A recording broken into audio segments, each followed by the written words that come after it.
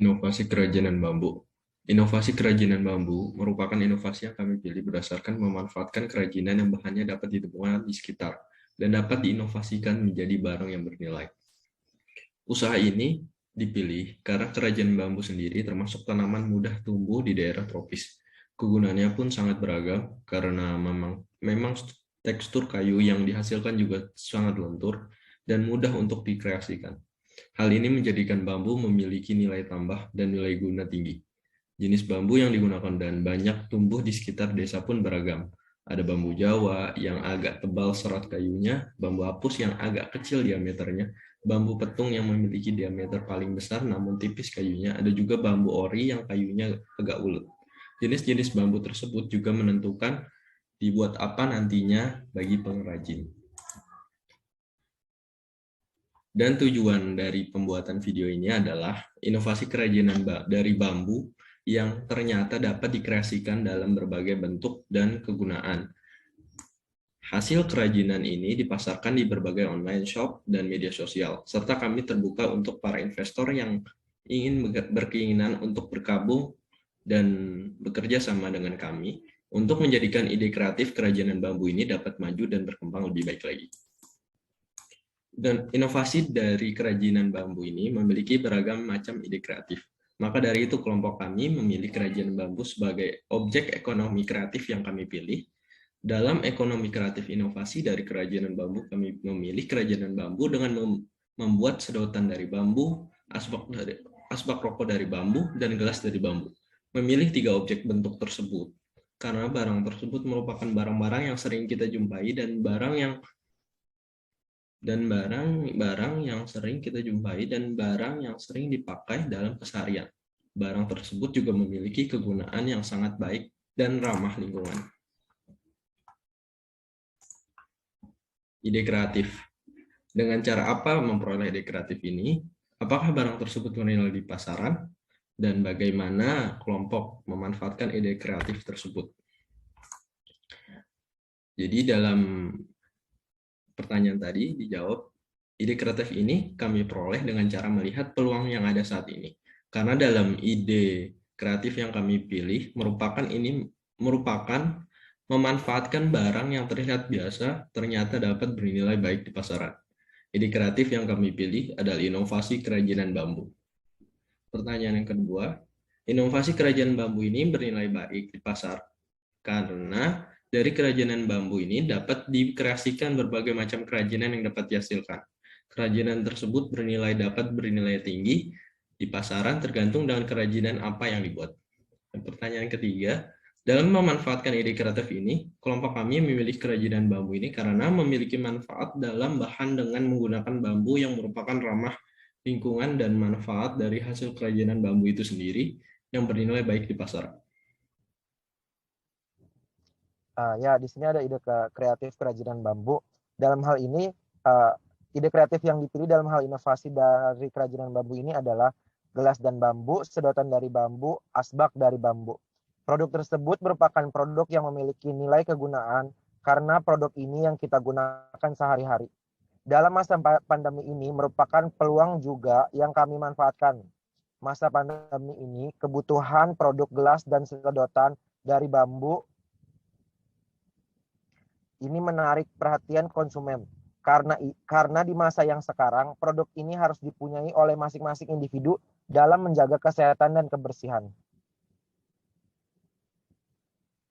Ide kreatif kerajinan bambunya berikut merupakan produk yang kami pilih dalam memanfaatkan bambu sebagai inovasi kreatif yang kelompok kami pilih, yaitu ada sedotan dari bambu, gelas dari bambu, dan asbak dari bambu.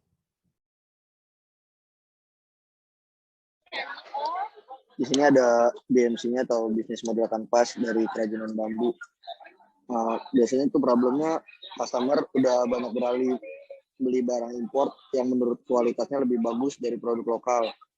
Kayak contohnya itu sekarang banyak di Shopee juga barang-barang import dari Cina itu customer kayaknya lebih pada milih buat beli sana gitu. Solusinya di sini ada kami membuat kerajinan tangan berbahan dasar bambu yang berkualitas sehingga kualitasnya terjamin tidak kalah dengan produk impor. Mungkin dari cara strukturnya atau bahan-bahannya kita bisa lebih bagus dan kita jamin dari produk-produk impor. Terus ada partner network. Di partner network itu ada reseller, dropshipper, pasar internasional, perusahaan furniture besar, toko oleh-oleh di tempat wisata. Itu partner network kita, atau bisa dibilang penitipan kita lah buat marketing. Offersnya barang serbaguna, terus harganya yang ekonomis. Terus di sini juga kita pemasarannya lewat channel dari sosial media kayak Instagram, Facebook, dan lain-lain, dan beberapa e-commerce juga kayak Shopee, Tokopedia, dan Bukalapak. Terus segmen customer itu, segmen pembelinya bisa wisatawan lokal, wisatawan mancanegara, pengusaha, karyawan mungkin yang lebih butuh. Maksudnya yang sekarang lagi rame zero plastik tuh. Mungkin itu bisa jadi segmen customer kita.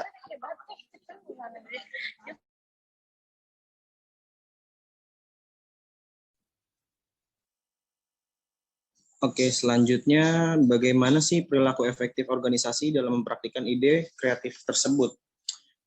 Perilaku efektif dapat dilihat juga dari bagaimana nih keseharian anggota dan juga kelompok.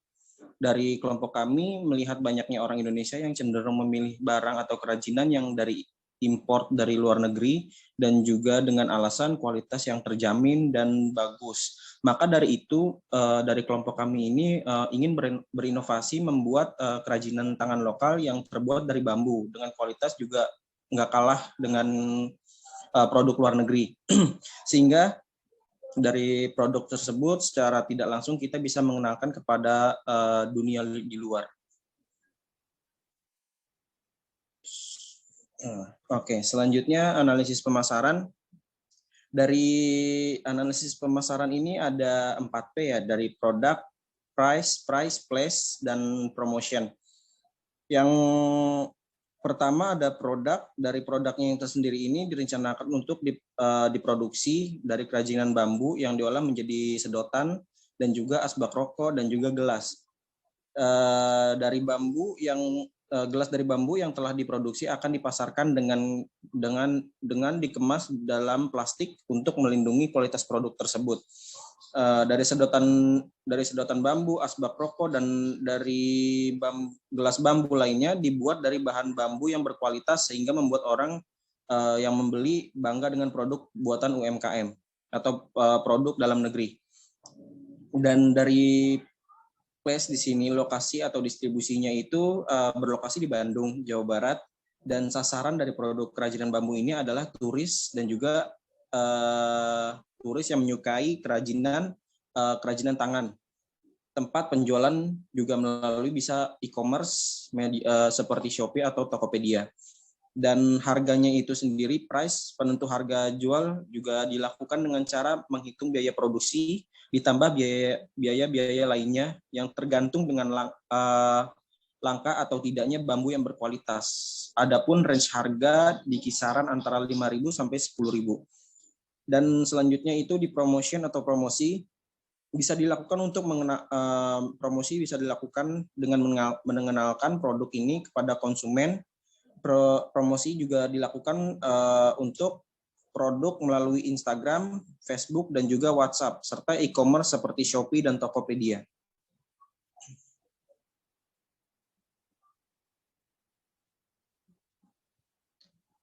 Selanjutnya ada analisis operation. Yang pertama dari desain produk.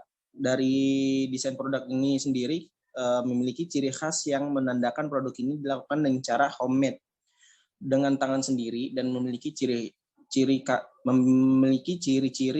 karena produk ini juga berasal dari UMKM.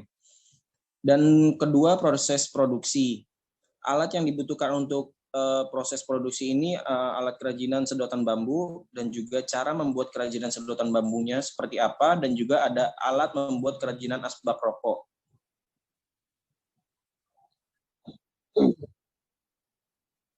Selanjutnya ada analisis peluang pasar dan pesaing. Analisis peluang pasar. Peluang pasar untuk produk berbahan dasar bambu ini sangatlah besar melihat budaya masyarakat yang konsumtif dan peluang pasar yang menjanjikan. Selain itu, daya beli konsumen elit hingga konsumen menengah ke bawah, produk ini dapat dikonsumsi oleh semua berbagai golongan karena harganya yang relatif cukup terjangkau serta memiliki nilai kepuasan yang tinggi bagi para konsumen dari tanah air dan wisatawan dari luar negeri. 2. Tingkat persaingan. Melihat dari situasi di tempat yang akan dimasuki produk, sepertinya produk kerajinan bambu dari desa wisata Beranjan ini akan laku di pasaran. Hal ini dikarenakan harga yang masih sangat terjangkau dan banyak peminat dari wisatawan tanah air maupun wisatawan mancanegara. Selain itu, kompetitor dari kerajinan bambu ini tampaknya belum ada, khususnya di daerah sekitar Sleman, Yogyakarta.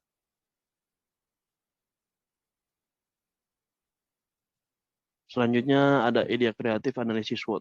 Pertama tuh ada strength, kekuatan. Proses pembuatan mudah dan dapat dipahami. Kualitas produk yang terjamin karena melalui media sosial. Tempat penjualan konsumen tersedia. Terus memanfaatkan e-bisnis untuk mempromosikan produk melalui internet. Kedua ada weakness, kelemahan. Harga bahan baku yang relatif tidak menentu dan tergantung iklim. Manajemen perusahaan masih sederhana dan SDM-nya sangat terbatas. Jika tidak dapat prosesnya, kerajinan bambu ini bisa pecah.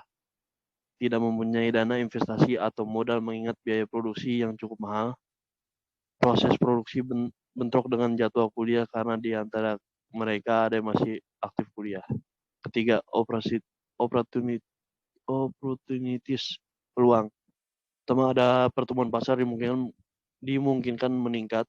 Kedua, peluang pasar dapat mendapatkan konsumen yang menjanjikan.